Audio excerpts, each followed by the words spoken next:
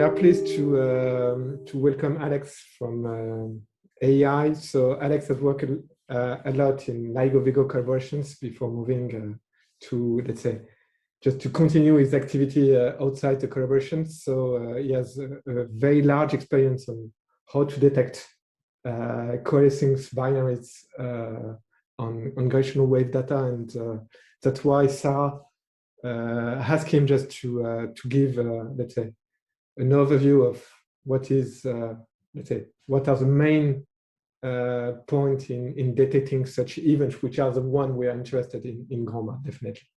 So thank you very much, Alex. The floor is yours. Thank you very much for that introduction. Yeah, I mean, I've been working in gravitational waves, actually, I think coming on 13 years now, since I was actually an undergraduate. And I was in the LIGO scientific collaboration for almost 10.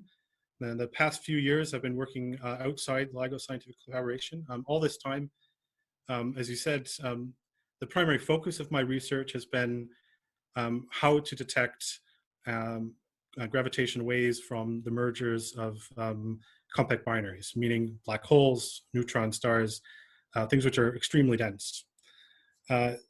So that I think I'll get started and share my slides. Let's see if this works. Okay. Whoops, you should see my screen, but not. Yeah, we see your whole screen, and only half of the screen is useful. So. So unfortunately, I'm not going to be easily able to see the chat because I can't quite see the full screen. So if someone has a question during my talk, I might ask that you actually interrupt me, because otherwise I may not notice. No worries. I would keep an eye on the chat if needed. Excellent. Okay, so since I was told this was a sort of diverse audience, I thought I'd start with just a few words on gravitational waves and gravitational wave astronomy in general. But then the focus of the talk is going to be on searching for compact binary mergers, especially where we know what the signal looks like. And I'll talk a little bit more about what I mean by that once we get there. If there's time, I'll talk about how we adapt these kinds of methods to really rapid detection, so the kind that we use to detect signals within seconds, so that we can work with astronomy partners like you all to find counterparts to these events. And if there's time, I can talk a little bit about pre-merger identification and localization of mergers. So this is trying to detect the signal before it's merged, before there could be likely electromagnetic emission, so that we can tell people where to point ahead of time. So if people allow me to be trite, I will start off with a picture of Einstein. But I'm going to do so not to give Einstein credit, but because there's a quote from him that I quite enjoy. But before we get started, I just want to give people a sense to on the same page of what gravitational waves kind of look like, what their effect is. So here's just a nice animation of two bodies orbiting around each other. This is exactly the kind of thing that is very well designed to emit gravitational waves. And if you were to imagine the signal that we would actually observe, we can imagine what its effects would be on just sort of particles of dust sitting in space. And this is what would actually happen is if you have a gravitational wave that passes through that ring of particles, you get what you see in the lower right here, which is it will just squeeze in one direction and simultaneously stretch in the other and oscillate back and forth like this. So that's the kind of effect that gravitational waves have. And so you can kind of imagine how we might detect those, and I'm sure most of you are aware how we do so. Now, one of my favorite quotes from Einstein relevant to gravitational waves, and I think, unfortunately, I need to get rid of this sidebar. Okay, close enough. So not blocking my presentation. So Einstein obviously realized the implication of his own theory that there would be gravitational waves. Early on, though, he was not really such a proponent to this idea. And in fact, here's a quote from him from very early on, where he says, it is obvious that, referring to the amplitude of gravitational radiation, it has, in all imaginable cases, a practically vanishing value. Now, that's not really a wrong thought. I can give you some examples for the kind of scales that really gravitational waves most often occur at.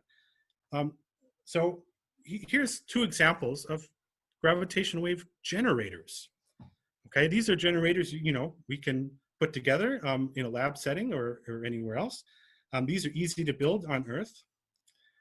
They just consist of two weights that you spin around in a circle, or in the case of the right one, you're spinning around a several ton car. So the question is, if you were to build this kind of generator, how strong would the gravitational waves be? And of course, if you calculate that, they're stupendously weak. The way we normally measure gravitational radiation strength is what we call strain, which is how much the length of something changes compared to its total length. So it's a fractional change in length. And for this very simple rotating bar system that you can build on a tabletop, you actually calculate what the radiation is nearby to it. It's order 10 to the minus 50 in terms of strain. That's extremely small. Now we try to scale this up. Now you put in much heavier things. You have a stronger gravitational potential. You move it as fast as you can, and okay, you get this up to about 10 to the minus 46. So Einstein, thinking about these kind of commonplace things would be completely correct. I mean, these detecting gravitational waves from these kinds of sources would be practically hopeless. Now, thankfully, the universe is a bit kinder to us. So what we do is instead we think about what is the most extreme kind of objects we can think of in the universe. Well, two of the best cases are the merging of black holes. And if you calculate that, the strain is 20 orders of magnitude better. We get up to order 10 to the minus 21. Now that still sounds like a very small number. And so the other half of this is how we have to build extremely sensitive detectors. One way you do that is you make them very large. Here's a picture of the LIGO Hanford Observatory in the US. And its arms, which are measuring the strain, because what's actually happening is it's measuring the difference in these arm lengths as a gravitational wave passes through. Now these arms, to actually measure this kind of signal, have to be 4 kilometers long, and you have to have very sensitive equipment inside with lots of circulating laser power to make this work. But of course, there's now a worldwide gravitational wave detector network. It includes the sister site of LIGO in Louisiana. Of course, there's the site here in Europe, Virgo. And of course, this is a little bit of a cutaway picture with a cartoon in it, because there's also now a 4th gravitational wave detector of similar scale in Japan called Kagra. And of course, it's an underground detector. It's built underneath a mountain. And that will be coming online hopefully very soon, which will be very interesting. So as I said, there's actually a worldwide network of observatories. I've mentioned a few of these. There's going to also be another one in India, LIGO India, which will hopefully also be coming online in a few years, and people will be hearing more about that as it gets closer to operation. So those are the kind of things that we have running now. Now, I think everyone is aware of the kind of detections and activity that have been going on, so I won't say too much about it, but I think it's important to remind ourselves that this is a very young field. It's only back now, well, not even 6 years, that we had the first detection of a gravitational wave signal from the merging of 2 binary black hole systems. This is some of the key figures from that paper. The first row is showing a time series of the gravitational wave data, where you can see kind of a signature pattern of the merging of compact binaries, which is that you see that the amplitude increases and the frequency increases up to the point where it merges, and then it kind of relaxes down like ringing a bell.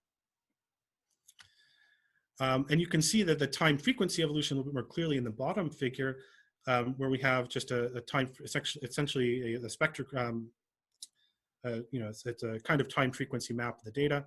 It shows the frequency evolution as a function of time. Now, from binary black holes, well, we've seen quite a lot of them, and they're quite exciting, and obviously they're the first detection we made. They're not natural candidates to have associated electromagnetic signals. Now, the reason for this is that in many of the models of how they form, there simply wouldn't be matter around by the time they get to merge. Now, there are other scenarios, and there may be interesting cases or exceptional events where they might apply, but most of the time we don't necessarily think about these having electromagnetic counterparts. But what is a great kind of signal that might?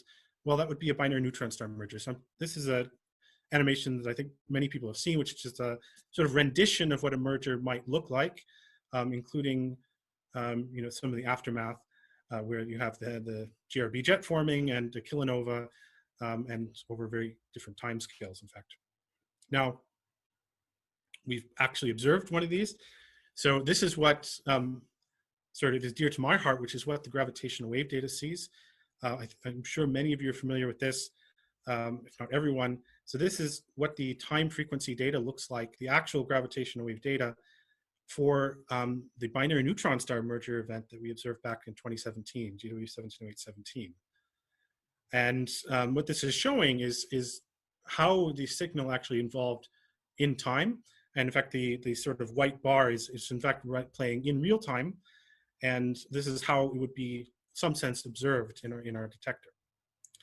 So this is a very clear detection. In fact, if I go back to these previous plots, you might ask me what job I even have to do. I mean, I've shown you two examples. These are probably some of the most famous examples, and all of these you can see clearly by eye. So what am I doing? What have I dedicated my life to, and why is it even necessary? Well, I'll get to that. But obviously a little bit more about 170817, just remind ourselves, I mean, 170817 was really a spectacular event because you have the very clear gravitational wave signal, and then it was very quickly followed up by both the gamma ray burst and then the identification of optical emission from the kilonova. And just maybe a summary of where we are maybe today. Obviously, observing didn't stop back in 2017. There's been observing runs all the way up till now, and now there's been dozens and dozens of binary black hole mergers detected, many dozens of candidates remaining from the most recent observing run, and even maybe a couple new binary neutron star mergers. Now, one thing that I'm sure all of you are intimately aware of is, of course, nothing yet has had an additional electromagnetic counterpart. But I think the prospects to detect such things in the future are very good. And I will say that a big thing that I'm sure we all are really looking forward to is the upcoming 4th observing run scheduled for 2022. And hopefully we'll get to the end of the talk where I can talk a little bit about things I'm really looking forward to there. Now, as I said, I've shown you two events that are really arconic and very clear. And if those were the only things we were looking to detect, I wouldn't really have a job. Those are the kind of events where we could just make some plots, have some graduate students just stare at them and say, okay, here's a signal, here's a signal, here's a signal, and we're kind of done. But that's not always the case. So what I'm going to describe to you today is how we actually search for much quieter signals, which help fill out the sort of full population of events that we're seeing. So I just want to first touch on the kind of searches that are really being conducted. I'm going to talk today about the compact binary mergers. How do we detect those? But of course, there are also active communities searching for supernova, continuous sources. So these are things like mountains on the surface of a neutron star. And so you could imagine that there could be gravitational wave pulsars of a kind. There are groups looking for a stochastic background from either sort of very quiet populations of sources or even from primordial gravitational waves. And of course, a very interesting one is, of course, looking for unknown sources. I mean, I think anytime you open a new window into the universe, you hope to find something completely new. Now, in terms of searching for compact binary mergers, there's really kind of two kinds of strategies. There's what we call model-based, which use a technique called match filtering, which I'll go into. And then there's unmodeled searches. And each of them have a variety of different algorithms and pipelines and groups that have put together different ways for doing this. Conceptually, all of the model-based analyses are have the same kinds of pieces. So I'm going to focus today on things that are most applicable to one of them, but in general terms, what I'm going to talk about today really applies to all of them. Now, unmodeled searches I'm not really going to touch upon too much, except to say that generally what they're looking at is for different kinds of signatures that look for coherent excess power in the gravitational wave data that's just consistent between the different detectors, but without necessarily having a strict idea of exactly what they're looking for. Okay, so how do we search for gravitational waves? You can kind of break this into a few different parts. There's first the initial identification. So how do we extract from our data the idea that there's a signal here? Then the next step is really the fact that we have to deal with the fact that our instruments are really non-ideal. You have to separate various non-astrophysical sources of noise. So these are things like ground motion can cause unusual behavior of the detectors, not directly couple in, but can cause the detectors not to behave in necessarily ideal ways. But there are also, there are also unfortunately simply unknown sources of noise that we strongly think are instrumental in origin, but we don't necessarily have the root cause yet, and we still need to deal with these in our analyses. Now, one of the tools we have to do with this is that we look for consistency between multiple observatories. We have a gravitational wave detector network at this point, and we can compare what the different observatories are seeing. And we can use this to look for, well, are the signals consistent with gravitational waves? Are they consistent between the entire network? And we can use this to assign the likelihood we think a particular candidate might be real. And if we do think it's real, then, or at least we think it's, it's below some false positive threshold, we might, if this is a low latency analysis used to alert astronomers, we might then, look what its sky localization would amount to and send you guys an alert. Okay, but how does this actually function? So the first step is identifying the gravitational wave signal. Now, the important thing is, what does the signal actually look like? Here is an example of a binary black hole signal. In broad terms, you can kind of think about the signal in a few different phases. There's the part where the two bodies are orbiting each other and slowly in-spiraling. We call this naturally the in-spiral phase. Eventually, they kind of merge. And then the combined black hole kind of relaxes into, some kind of Kerr black hole over time, and you get this sort of damped signal that rings down. Now, this signal encodes a lot of information about what the binary was. But to be able to take advantage of this, we have to know what the signal is going to look like for a particular kind of source. And we get that in a couple different ways. One is by directly simulating general relativity and black holes orbiting each other or neutron stars orbiting each other. This is one approach. Another approach that's particularly important for neutron star mergers is expansions, sort of linearized expansions of general relativity using post-Newtonian framework. So you can find sort of low velocity approximations to general relativity that allow us to calculate gravitational waveforms fairly accurately when most of the signal is far, when the bodies are far apart and relatively moving slowly. But moving slowly means still may be, a significant fraction of the speed of light. And then there are other kind of approaches that are, approximations to general relativity or phenomenological fits to other kinds of simulations. But with these, sort of multitude of methods, we can predict, if you give me a particular kind of system, we can tell you what the gravitational wave signal will look like. So what do we do with that? Well, it turns out that if you know what the signal is you're going to look like is, and your data satisfies a few key properties, there is a single optimal method for separating signal from noise. And that's and the key thing that it requires here, though, is that your noise be Gaussian or colored Gaussian. I'll describe what I mean by colored in a second. But if those conditions hold, that it's a stationary Gaussian noise, then there is an optimal method, and that method is called match filtering.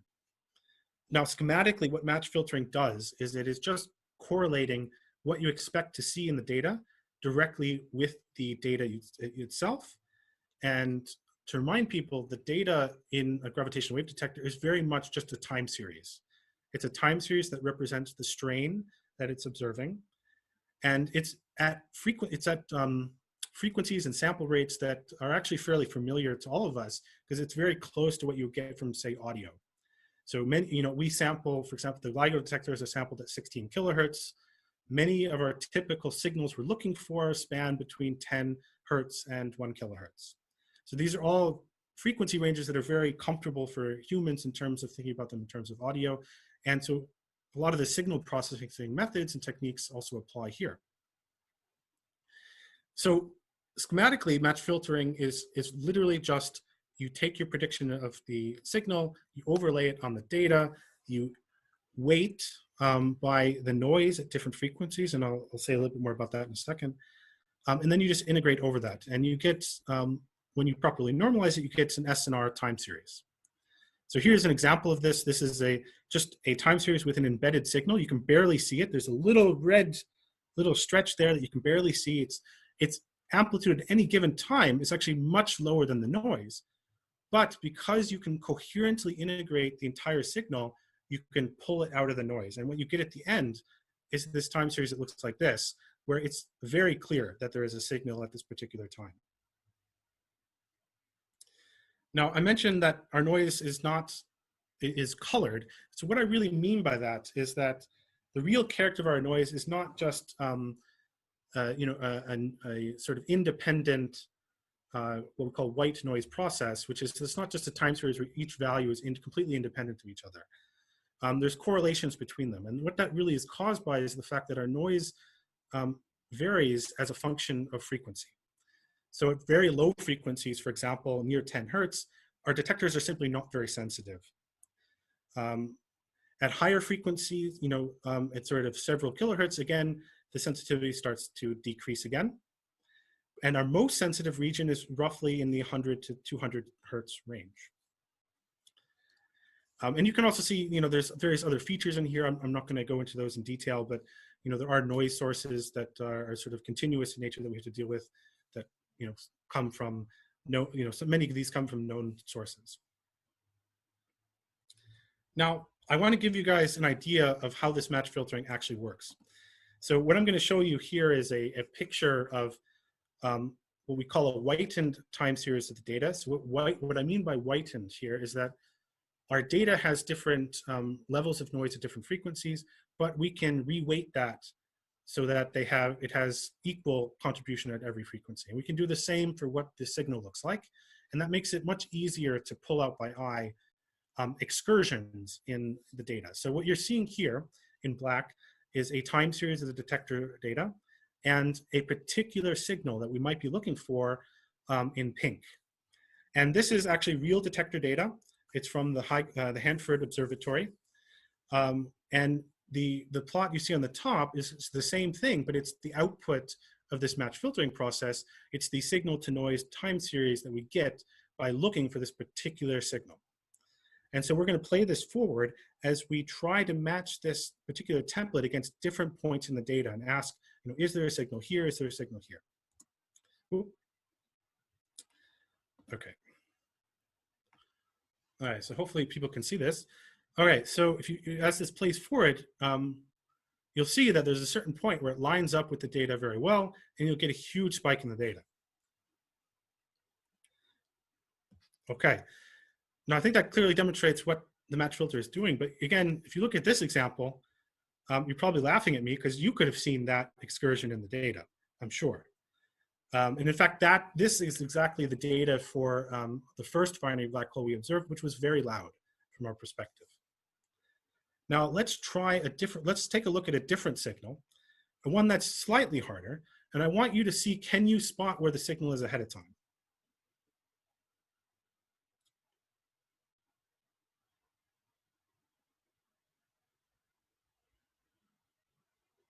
There it is. Now, maybe you could spot it, but this is obviously a little bit harder. And there are much harder cases than this. the primary difference between these two cases is not just the loudness of the signal, which I think was quite clear, but it's also how long the signal is, because the longer the signal is, the more it's difficult to do these kind of by eye kind of analyses. So these are both binary black hole mergers. In fact, this is another example of a binary black hole merger we observed in the first observing run, but it's one with a much longer duration signal that corresponds to a signal that has a lower mass. It corresponds to a source that has a lower total mass. But if you now imagine binary neutron star signals, it's actually much, much harder than this. And in fact, in many cases, that'll be very hard to pull out by eye, except in the exceptional case of 170817, which I showed you before, which was stupendously loud. So in fact, for many binary neutron star mergers, you will not really be able to see them by eye. Now, I've given you an example of how we might search for a single signal. And this is a single waveform that we know what we're looking for that corresponds to a single set of parameters of the source, a single set of masses, for example, of the binary. Now, we want to search for a variety of different kinds of sources. So how do we really go about doing that? Well, what we do is we basically just go one by one through every kind of source we want to look through, say, what's the waveform for this? Let's look for that one. Let's look for that one. Let's look for that one. And what you do is you do this on a discrete grid. Okay, so you can't, it's obviously a, it's some continuum, but different kinds of sources, if they're very close in mass, for example, will look very similar. So you don't really have to search for every possible kind of thing. You can kind of create a discretized grid. And what you do is you search for every place in this grid. And that grid is what we call a template bank. It encodes all the kinds of physics that we're really trying to look for. And this can include the masses of the binary. So if I'm looking for like a 1.4 solar mass merging with a 3 solar mass merger, that will have a different template than a 1.4, 1.4. It might include some of the other dynamics of the problem. So, if the orbit is exhibiting precession, for example, or if the orbit is eccentric because, maybe it was a recent dynamical capture, it might still have residual eccentricity in orbit, and that looks different in gravitational waves. The other things that it might include are things like the effect of matter. So the fact that you have a neutron star looks slightly different than a black hole. Although I will say that for searches, this is actually a very difficult thing to distinguish. Just to give you an example, here is an example of a template bank that was actually used in different observing run. Each one of these points just represents a different set of mass of primary and secondary mass for the binary that we searched for. Just to give you an idea, generally we're talking about we need order a few hundreds of thousands to sort of cover a space that spans, maybe for one solar mass up to, a couple hundred solar mass mergers. Now, once we've done that, we can go through, I said we have an optimal method for calculating the signal to noise, but there was one key assumption there that is really not true of our data. And that key assumption is that the data is Gaussian. And the way it's really commonly violated is that the data contains transient glitches and transient noise. And here's some examples of time frequency plots for a few different kinds of these. These often occur as sort of loud excursions in the data. They can have different kinds of forms. There's many different types. But if you actually think about what happens when you're doing a match filter, all of these are in fact quite loud for a match filter, despite the fact that at least many of the examples here look nothing like a gravitational wave signal. So clearly they're not optimal in this case. So what do we do about that? There's a variety of methods that we use to try to account for that. I'm not going to go through all of them, but I'll try to give you a kind of a sense for some of the different kinds of techniques we use. Now, one of the things we do is that there's a number of environmental monitors. So things like measuring ground motion, measuring different states of the different parts of the instrument. And sometimes there are obvious things that can go wrong. So an example of this is that, our instrument is based on circulating laser light through it. And one of the failure modes is that if you can get slightly misaligned, you can actually get laser light that is actually bounces off of things like baffles. And this can be reintroduced into the signal and cause what we call scattering glitches. So you can get interference in this kind of way.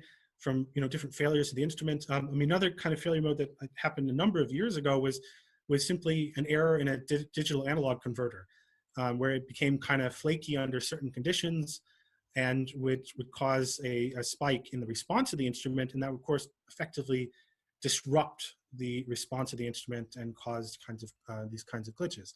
Now, many of these kinds of things, if we know what they're caused by and we have ways to monitor for them, we can simply say, okay, this data isn't any good, just throw it away.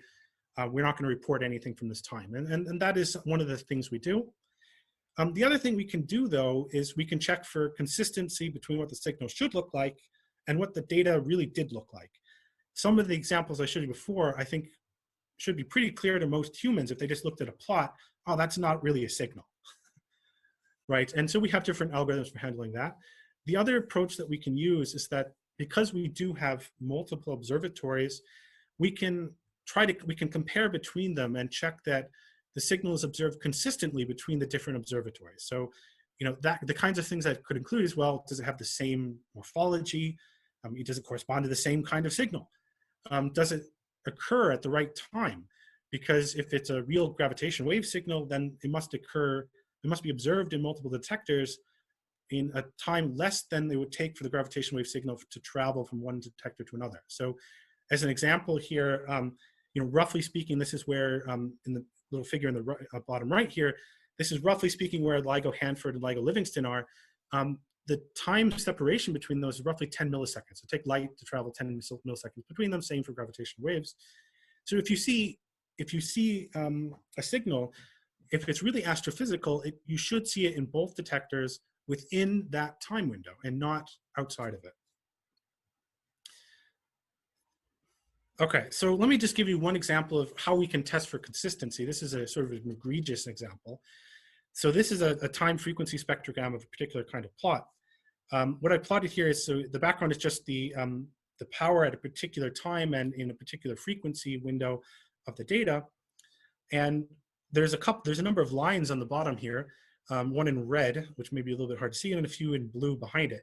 Those actually track the time frequency evolution of a particular kind of gravitational wave signal.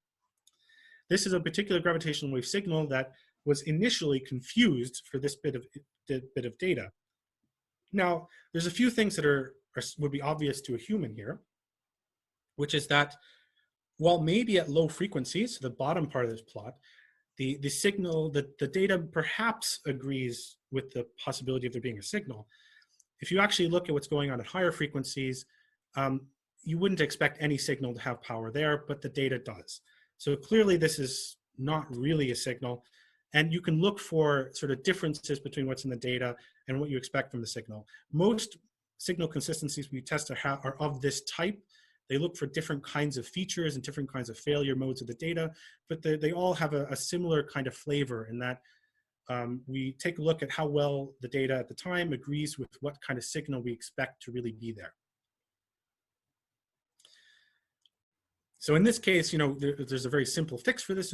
We just check for excess power, for example, at frequencies higher than where the merger occurs. And this is one of the techniques we use. Another technique we use is really just a variation of just kind of a standard Pearson chi-squared. So many people have used chi-squared as a goodness of fit test. We also use that. We do it in a slightly modified form where we look for how the data is contributing to the signal in different frequency bands. So I've just highlighted different frequency bands here. And what we do is we just ask, well, are we getting the right amount of signal power from each of these frequency bands? But otherwise, it's a standard kind of Pearson's goodness of fit chi-squared. And that's another kind of test that we might use to check if the data really looks like it has a signal there, or at least rule out certain classes of unfortunate glitches. And how do we use these? Well, okay, I'm not going to go into a lot of detail into how we use these statistics.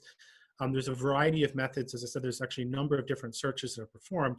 But I just want to give you a sort of a flavor for how you might do that. So in principle, what you do is you have a signal to noise that you get from match filtering in the ideal case. And then you also have some model for how the detector might misbehave. You combine these together, either in some reweighting scheme or in some kind of likelihood where you you up rank it based on how loud it is, and then you down rank it by how much it looks like a glitch. And then we combine that together to come up with some kind of statistic. They all kind of work in this kind of way. Now, once we do that, what we really want to ask is how consistent they are between multiple detectors. And that pulls together a bunch of information. It pulls together how loud the signal was. It pulls together when the signal occurred, and also with what phase it occurred in. So what we can take advantage to is, if I see a signal in one detector, I actually can predict, if it were astrophysical, what it should look like in the other detector. Our detectors are not oriented in the same direction. They're in different parts of the Earth. So we expect that the signal might have a different amplitude. It might have a different time which it occurs, but these are all predictable. So in fact, we know if we see a signal in one, what the distribution for astrophysical signals looks like, and we can incorporate that when we say how signal-like is a particular candidate that we might observe at a given time. Alex? Oh, sorry, was someone asking a question? Yeah, no, just one point. Do you think you can finish your presentation within 5-6 minutes? I will attempt to do so. Okay, let's try. Thank you very much. So we have a bit of time for questions. Absolutely. And thank you for keeping me on time here. I don't actually have a clock, unfortunately, with my screen maximized. No worries. Okay, so when you take apart this information and you come up with some statistic for how likely something is to be a signal or not. Now, what we do with that is then we have to estimate, well, how statistically interesting is that particular candidate?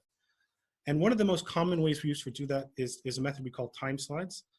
Now, the way this schematically works is that we identify candidates in a particular detector, say the Hanford detector, this is what we're calling H1 here, and we identify separately candidates in the Livingston detector. And then what we do is when you run the search, of course, we compare candidates that occur within an astrophysically reasonable amount of time and then assess how likely they are to be a signal.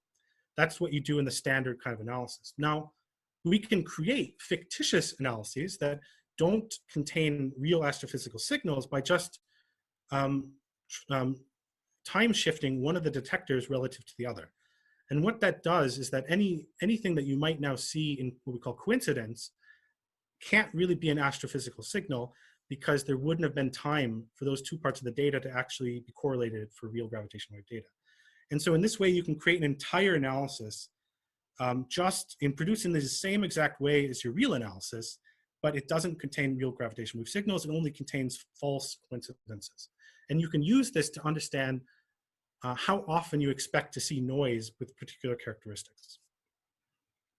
And the way we normally characterize this is, so on the x-axis here, this is a plot showing ranking statistic. So higher numbers means more likely to be a signal, less likely to be noise, at least by our estimation.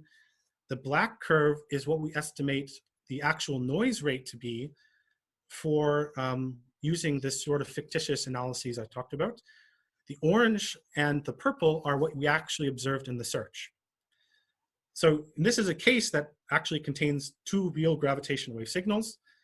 This comes from actually the second observing run. But this is the kind of thing we use to assess the statistical significance of a particular candidate.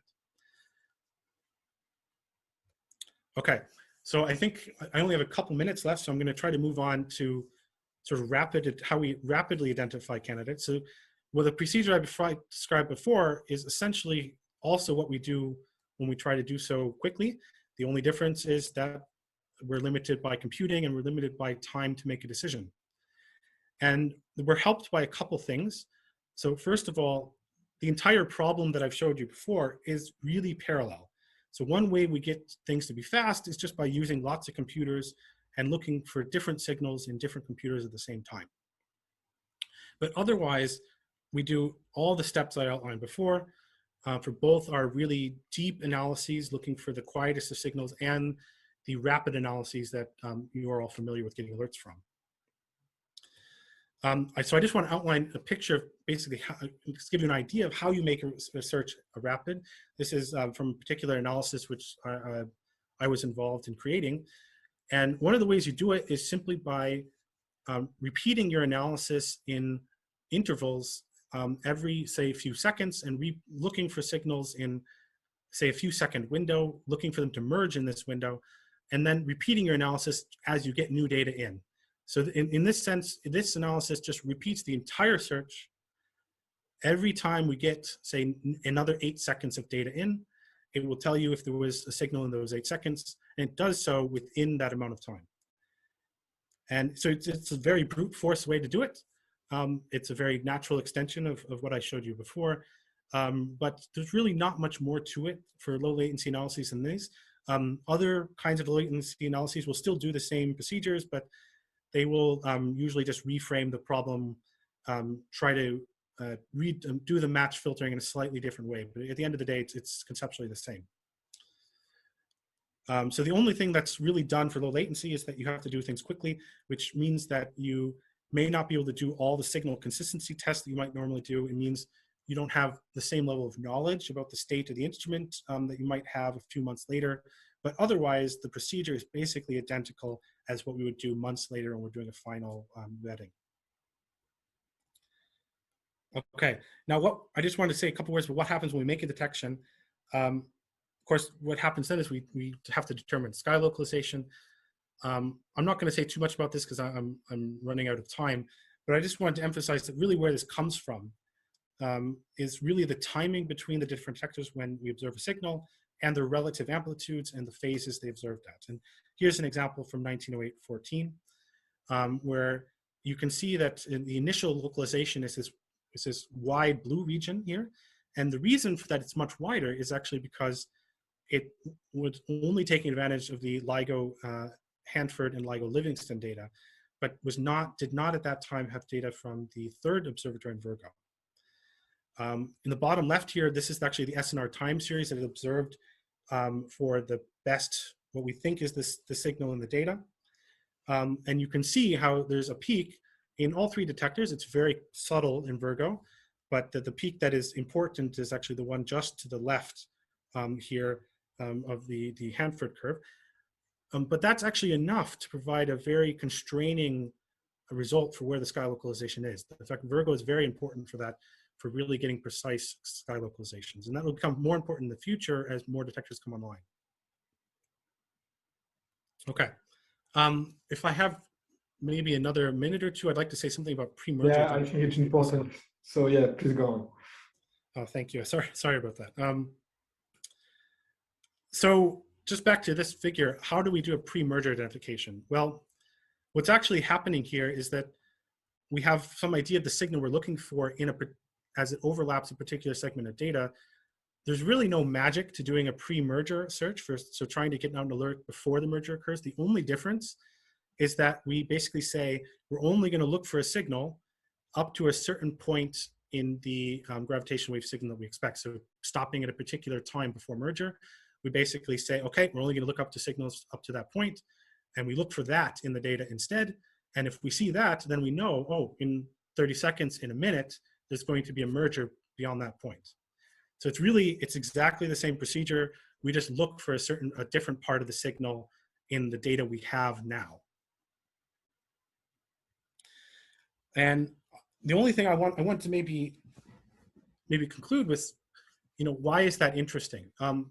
One of the things that really excites me is that this is not really a remote possibility, but I think something that people in the community should really seriously consider.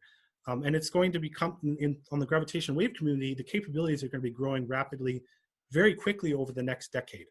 And in fact, during 04, there's already some chance, it's not guaranteed, but there's some chance that there might be a binary neutron star signal that we might be able to give 20 to 30 seconds warning on, and a localization with less than 100 square degrees. The number of those will increase greatly with A+, as the future upgrade to detectors, and even further once we get towards 2030. And thinking about even future developments in the ground-based detectors. And you won't just have more signals, but you also get much more warnings. So future, maybe during 04, we might be able to get 20, 30-second warnings if we get lucky with a signal. In future detectors, might increase that to a minute, and maybe in 10 years from now, we're really talking minutes, and with third generation detectors looking 15 years out, we're talking maybe even up to tens of minutes or half an hour of warning. And I would say that this is, being actively developed within the LIGO collaborations and within the community. And there's already demonstrating some of the technologies needed for that to work. So I'm not going to go into too much in detail about the capabilities, but I'd be happy to answer questions about how that might evolve in the future if someone is interested in that. But I did want to maybe now end, this is my final slide, I just wanted to think about is, I do think there's a lot of interesting things we can do as a community in terms of joint observations. I mean, many people are very intimately aware with, looking at things like nuclear equation of states, what is the structure of GRBs and how are these jets form? Even physics constraints or cosmology constraints, looking at, for example, Hubble constant measurements, where you really do need to do this well. You really do need electromagnetic observations to help constrain redshifts, for example. You can also, do astrophysics and looking at determine how these things really form.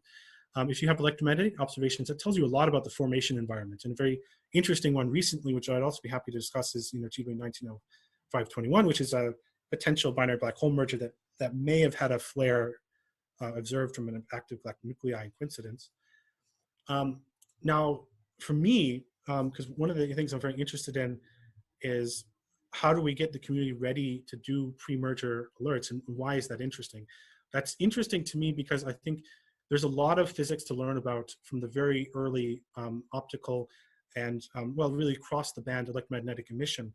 And so it would be really amazing, I think, if the community can get together so that we can really observe the first seconds, tens of seconds and minutes right after a merger. And what's one way we can do that is to be able to prepare for pre-merger alerts and how we can take advantage of those. So questions I think I might pose for the broader observing community is, how can we foster communication and automatic coordination between different observatories? Because the unfortunate situation is that although gravitational wave detectors will be able to provide alerts, the localizations will be broad, and they will be not with a huge amount of warning from probably many observers' perspectives. So we're talking, in the next few years, we're talking probably mostly tens of seconds, in the best case, maybe a minute of warning, which is not a lot. So the question is, what can we do with that? And thinking longer term, as the capabilities evolve, can we think about future instruments we might be able to take advantage of a sort of fully automated setup, and what is the ideal instrument for doing this kind of follow-up?